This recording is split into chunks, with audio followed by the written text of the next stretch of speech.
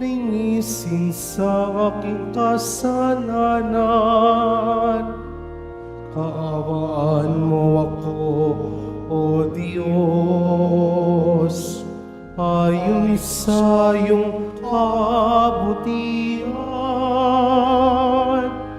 ayon sa laki ng iyong habag, pawiin ng aking kasamaan.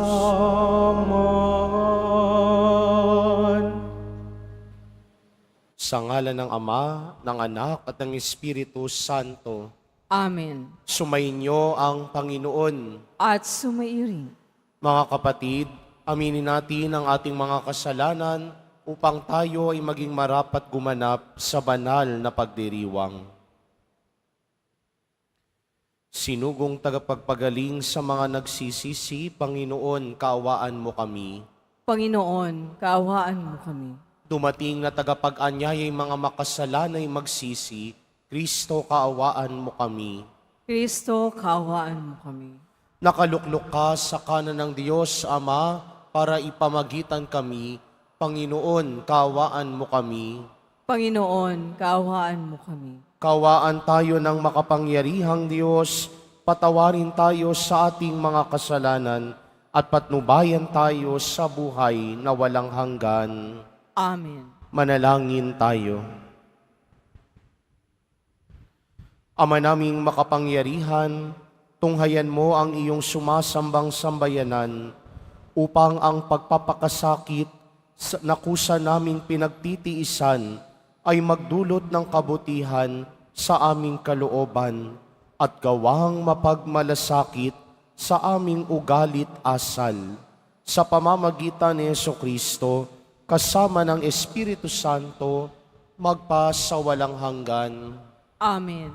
Magsiupo po ang lahat. Pagbasa mula sa aklat ni Propeta Jonas. Sinabi ng Panginoon kay Jonas, "Pumunta ka sa lungsod ng Ninive at ipahayag mo ang mga ipinasasabi ko sa iyo." Nagpunta nga si Jonas sa Ninive. Malaki ang lungsod na ito.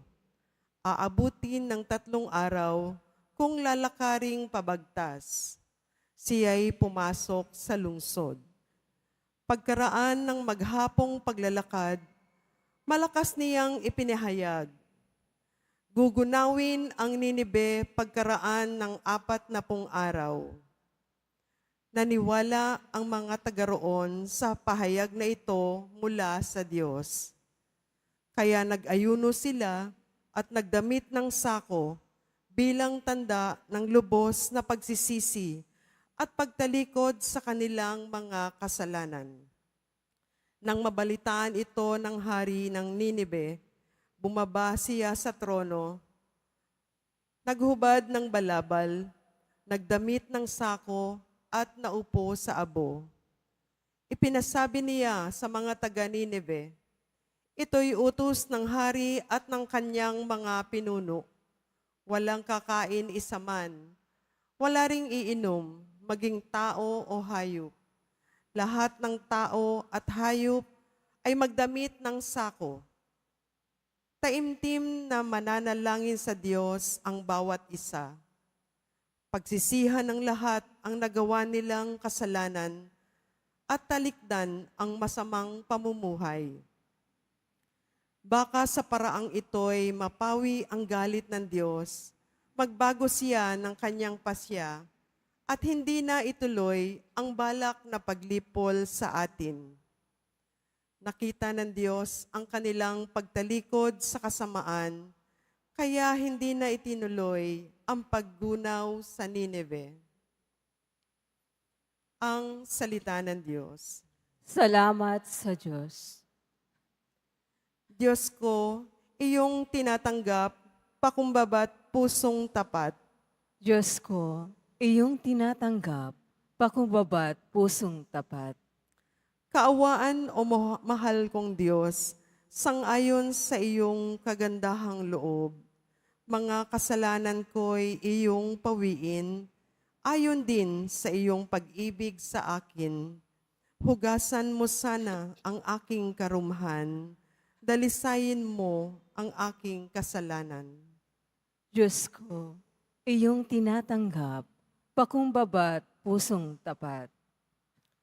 Isang pusong tapat sa aking likhain, bigyan mo, O Diyos, ng bagong damdamin.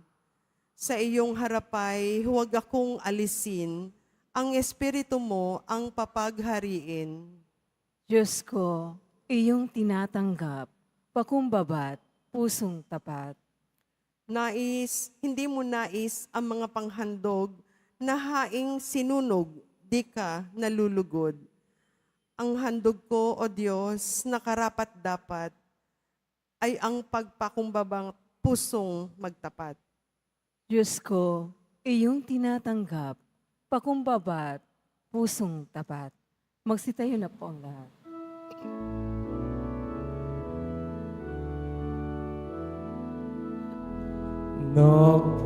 Nagpupuri kami sa'yo, Panginoong Jesucristo. Nagpupuri kami sa'yo, Panginoong Jesucristo. Magsisi tayong mataos, halinang magbalik-loob sa mapagpatawad na Diyos. Sa Kanya tayo'y dumulog at manumbalik na lubos. Nagpupuri kami sa'yo, Panginoong Jesucristo. Sumainyo ang Panginoon. At sumairi, Ang mabuting balita ng Panginoon ayon kay San Lucas. papuri sa iyo, Panginoon. Noong panahong iyon, samantalang dumaragsa ang mga tao, sinabi ni Jesus, napakasama ng lahing ito. Naghahanap sila ng palatandaan mula sa langit, subalit walang ipapakita sa kanila maliban sa palatandaang inilalarawan ng nangyari kay Jonas. Kung paanong naging isang palatandaan si Jonas sa mga taga Nineve, gayon din naman magiging isang palatandaan sa lahing ito ang anak ng tao. Sa araw ng paghukom, titindig ang reyna ng timog laban sa lahing ito at sila'y hahatulan niya ng kaparusahan sapagkat nanggaling siya sa dulo ng daigdig upang pakinggan ang karunungan ni Solomon. Ngunit higit na di hamak kay Solomon ang naririto. Sa araw ng paghuhukom, titindig ang mga taga Nineve laban sa lahing ito at hahatulan ng kaparusahan sapagkat nagsisi sila dahil sa pangangaral ni Jonas. Ngunit higit na di hamak kay Jonas ang naririto. Ang mabuting balita ng Panginoon. Pinupuri ka namin, Panginoong Jesucristo. Magsiupo po ang lahat. Magandang umaga po sa inyong lahat. Sa Ebanghelyo narinig natin, sinabi ni Jesus, napakasama ng lahing ito. Nabanggit niya ang mga pahayag ng mga panahong yun dahil kahit anong tanda na hingiin ng mga tao, hindi sasapat. Gusto nilang makitang magpagaling si Jesus. Gusto nilang makitang mapalayas ni Jesus ang kahit anong mga inaalihan ng demonyo. Gusto nilang marinig ang napakaraming turo at aral ni Jesus.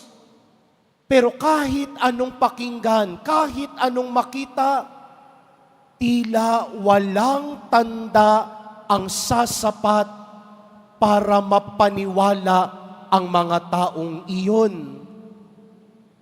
Minsan kasi, ang hilig nilang ikahon ang Diyos sa pagpapagaling lang at sa pagpapalayas ng demonyo. Tayo din kung minsan na i-stereotype, ikinakahon natin ang kakayahan ng Diyos para sa buhay natin. Kaya kahit tayo kung minsan ang hilig nating makipag-bargain sa Diyos, sinusubok natin ang Diyos. Magtitiwala lang ako sa iyo kapag napagaling mo si ganito. Magiging deboto mo lang ako kapag napagaling mo ako. Pero makikita ba natin ang sarili natin sa mga taong nasa kapanahunan ni Jesus? Magtitiwala lamang ba tayo kung merong mangyayaring maganda o kung merong mangyayaring pagtupad sa mga panalangin natin? What if hindi natupad? Pagkakatiwalaan pa rin ba natin ang Panginoon? Kaya nga sa Ebanghelyo, ikinumpara ni Jesus ang kanyang sarili kay Solomon at kay Jonas.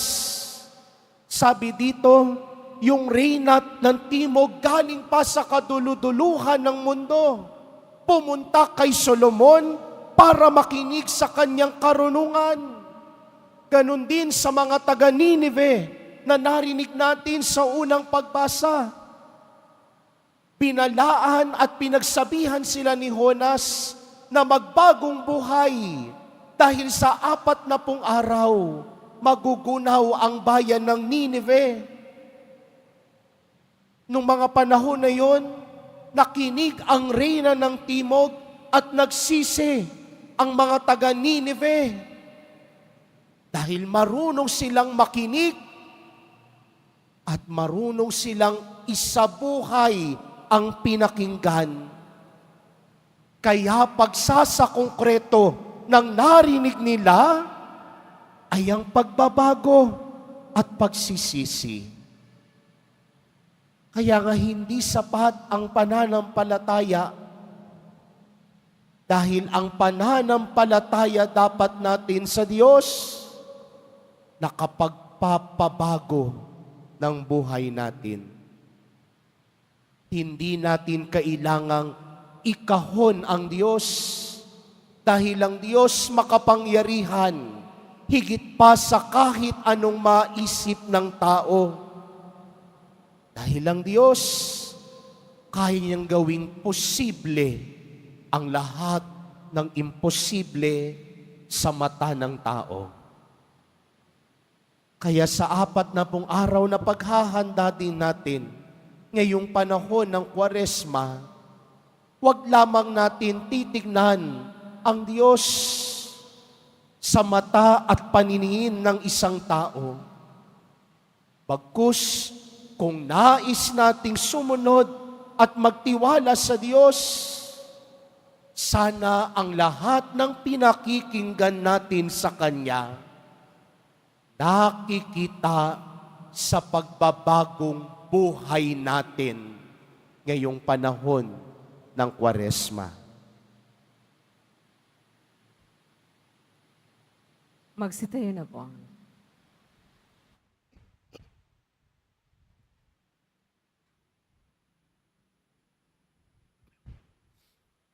Minamahal kong mga kapatid, natuklasan ni Jonas na hindi maaaring takasan ang Panginoon. Tumawag tayo ngayon sa Diyos Ama upang hingiin ang biyaya ng pagbabagong buhay.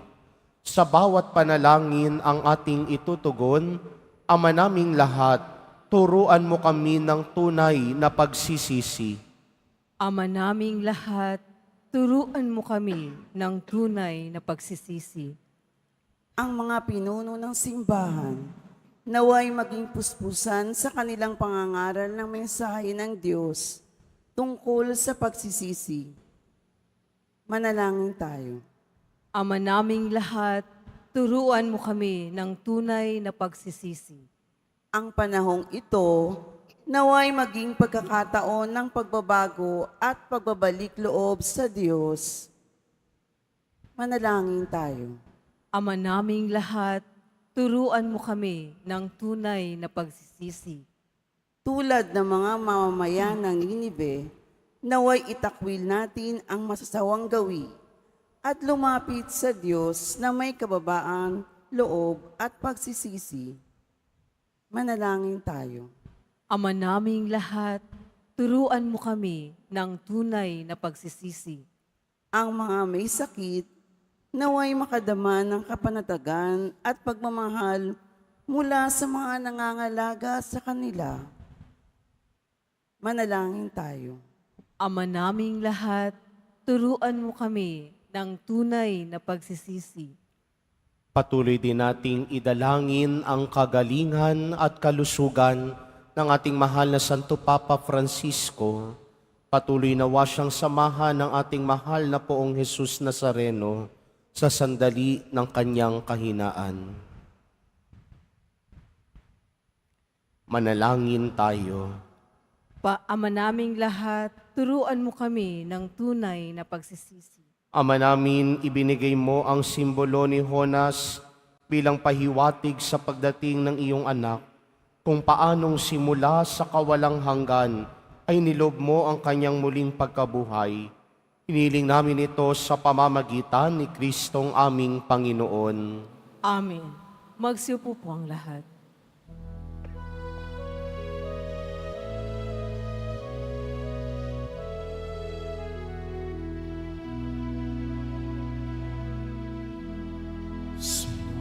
Samong kami sa'yo, marapating nyaring palay. Panginoon, tanggapin mo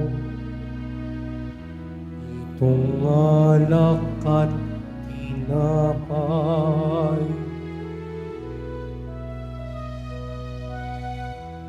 Sa'yo po't aming handog, buong puso't pag-iisip, ilayo mo sa panganib, at pupupin sa pag-ibig.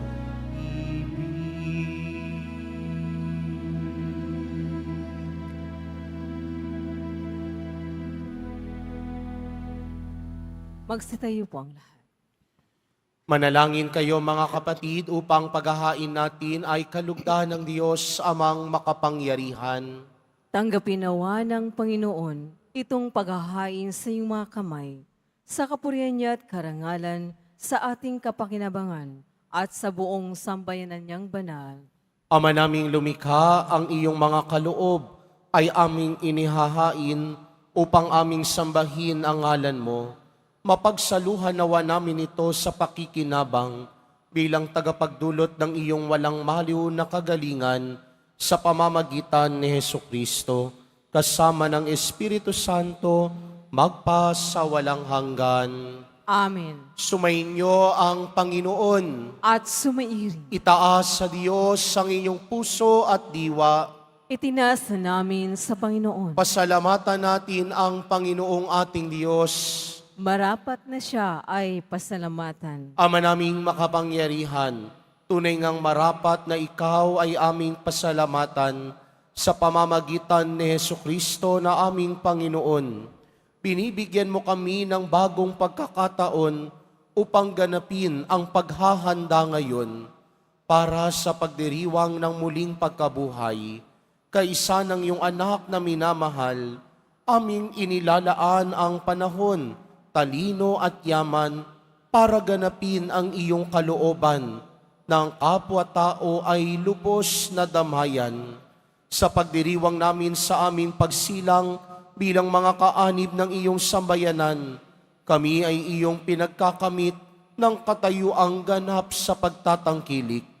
Kaya kaisa ng mga anghel na nagsisiawit ng papuri sa iyo nang walang humpay sa kalangitan, kami nagbubunyi sa iyong kadakilaan. Santo, Santo, Santo, Panginoong Diyos ng mga hukbo, napupuno ang langit at lupa ng kadakilaan mo. Usana sa kaitaasan, pinagpala ang naparirito sa ngalan ng Panginoon. Usana sa kaitaasan, magsilod po ang lahat. Ama naming banal, ikaw ang bukal ng tanang kabanalan. Kaya't sa pamamagitan ng iyong Espiritu, gawin mong banal ang mga kaloob na ito upang para sa amin maging katawan at dugo ng aming Panginoong Heso Kristo. Bago niya pinagtiis ang kusang loob na maging handog, hinawakan niya ang tinapay, pinasalamatan kaniya, pinaghati-hati niya iyon, iniabot sa kanyang mga alagad at sinabi, "Tanggapin ninyong lahat ito at kanin. Ito ang aking katawan na ihahandog para sa inyo."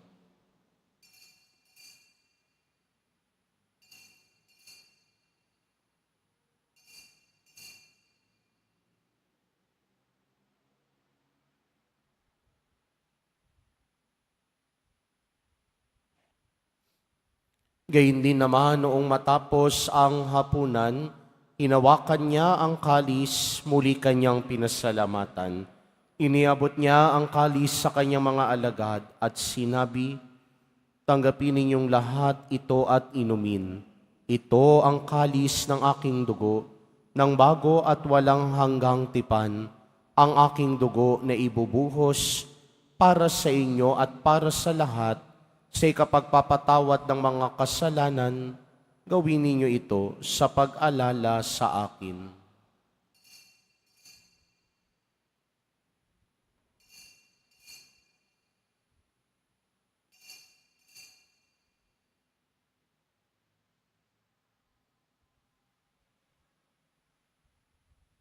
Masitayo na po ang lahat. Ipagbunyi natin ang misteryo ng pananampalataya.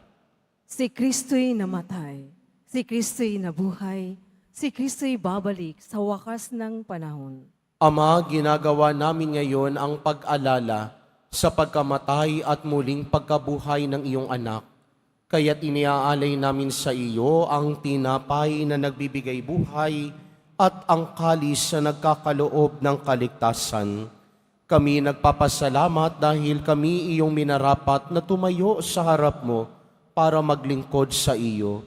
Isinasamo namin kaming magsasalo-salo sa katawan at dugo ni Kristo ay mabuklod sa pagkakaisa sa pamamagitan ng Espiritu Santo.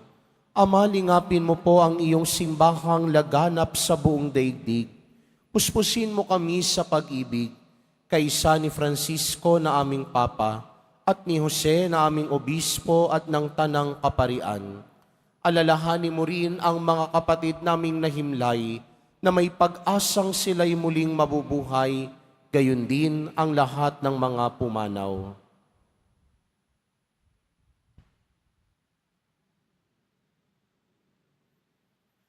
Kaawaan mo sila at patuloyin sa iyong kaliwanagan. Kaawaan mo at pagindapatin kaming lahat na makasalo sa iyong buhay na walang wakas, kaysa ng mahal na Birheng Maria na Ina ng Diyos, ng kabiyak ng puso niyang si San Jose, kaisa ng mga apostol, ni San Juan Bautista at ng lahat ng mga banal na namuhay dito sa daigdig ng kalugod-lugod sa iyo. Maipagdiwang nawa namin ang pagpupuri sa ikararangal mo sa pamamagitan ng iyong anak na aming Panginoong Heso Kristo. 。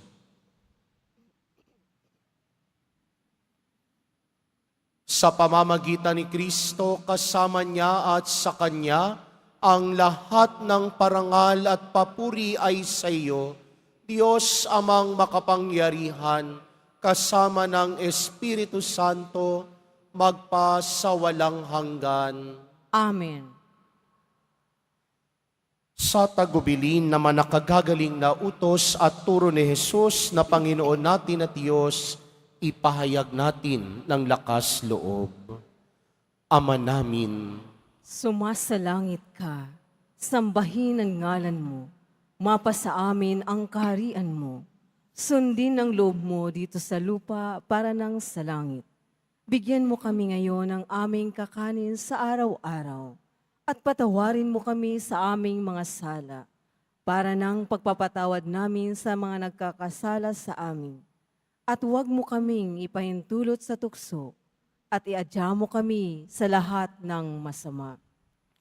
niling namin kaming iadya sa lahat ng masama, pagkalooban ng kapayapaan araw-araw, iligtas sa kasalanan, at ilayo sa lahat ng kapahamakan, samantalang aming pinananabikan ng dakilang araw ng pagpapahayag ng tagapagligtas naming si Jesucristo.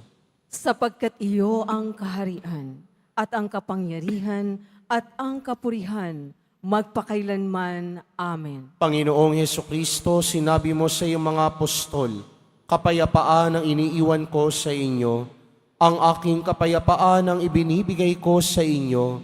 Tunghayan mo ang aming pananampalataya at huwag ang aming pagkakasala. Pagkalooban mo kami ng kapayapaan at pagkakaisa ayon sa iyong kalooban, kasama ng Espiritu Santo, magpa sa walang hanggan. Amen. Ang kapayapaan ng Panginoon ay laging sumainyo. At sumiin. Magbigayan kayo ng kapayapaan sa isa't isa.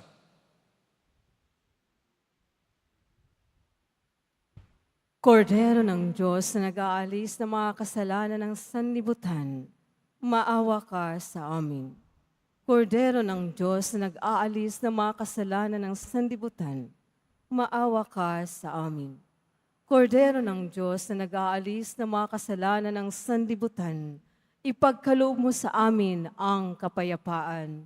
Magsiluhod po ang lahat.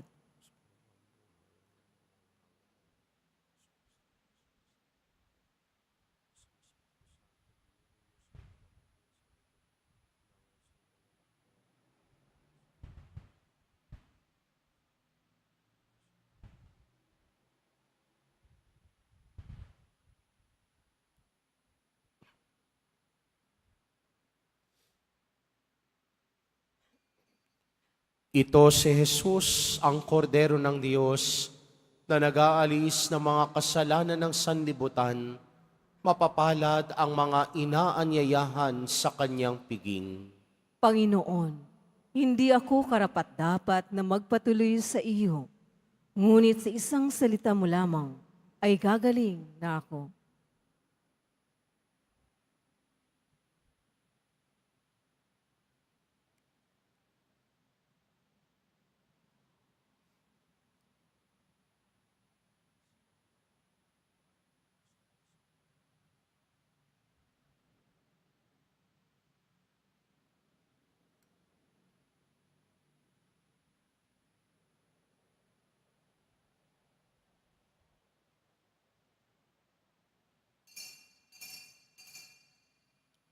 Para sa lahat ng tatanggap ng banal na komunyon, sasagot po tayo ng amin pagkasabi ng pare o ng liministe ng katawan ni Kristo at isubo agad sa bibig bago umalis sa harapan ng pare o ng liministe. Sumunod po tayo.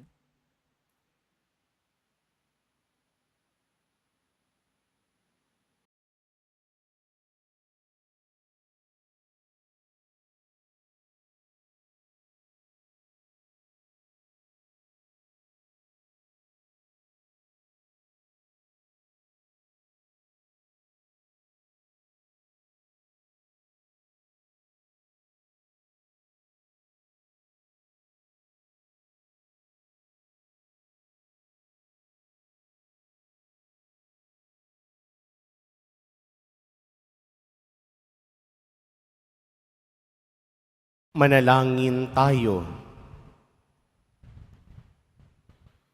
Ama naming mapagmahal, hindi mo kami pinagsasawang pagsaluhin sa iyong banal na piging. Ipagkaloob mong pakinabangan namin ang iyong lakas at buhay na walang maliw sa pamamagitan ni Hesukristo kasama ng Espiritu Santo magpasawalang hanggan. Amen. Sumainyo ang Panginoon. At sumairin. Mahal na pong Jesus Nazareno, inihayag mo sa pamamagitan ng krus ang walang maliw na pag-ibig ng Diyos sa sangkatauhan. Pakinggan mo po ang kahilingan lalo na para sa mga nangangailangan ng iyong tulong at awa. Makamtanawa namin ang iyong kasagutan ng may utang na loob na tinatanaw. Basbasan din po ninyo itong mga imahen at dasalan upang lalo kaming manalangin at magtiwala.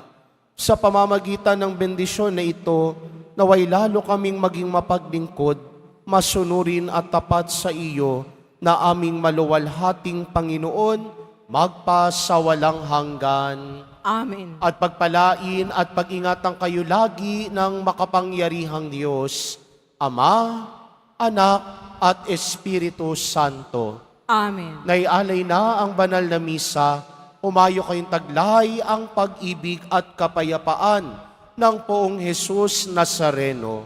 Salamat sa Diyos.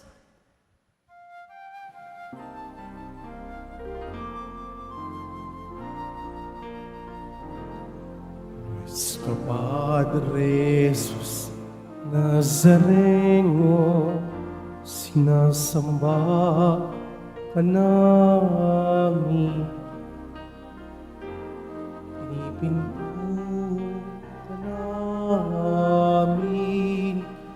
Aral mo ang aming buhay at kaligtasan. Nuestro Padre Jesus Nazareno, iligtas mo kami sa kasalanan. Ang krus mo namatayan ay sagisag ng aming kaligtasan. Nuestro Padre Jesus Nazareno, dinarangal ka namin. Nuestro Padre Jesus Nazareno, minulwalhati ka namin. Nuestro Padre Jesus Nazareno, dinarangal ka namin. Nuestro Padre Jesus Nazareno, minulwalhati ka namin.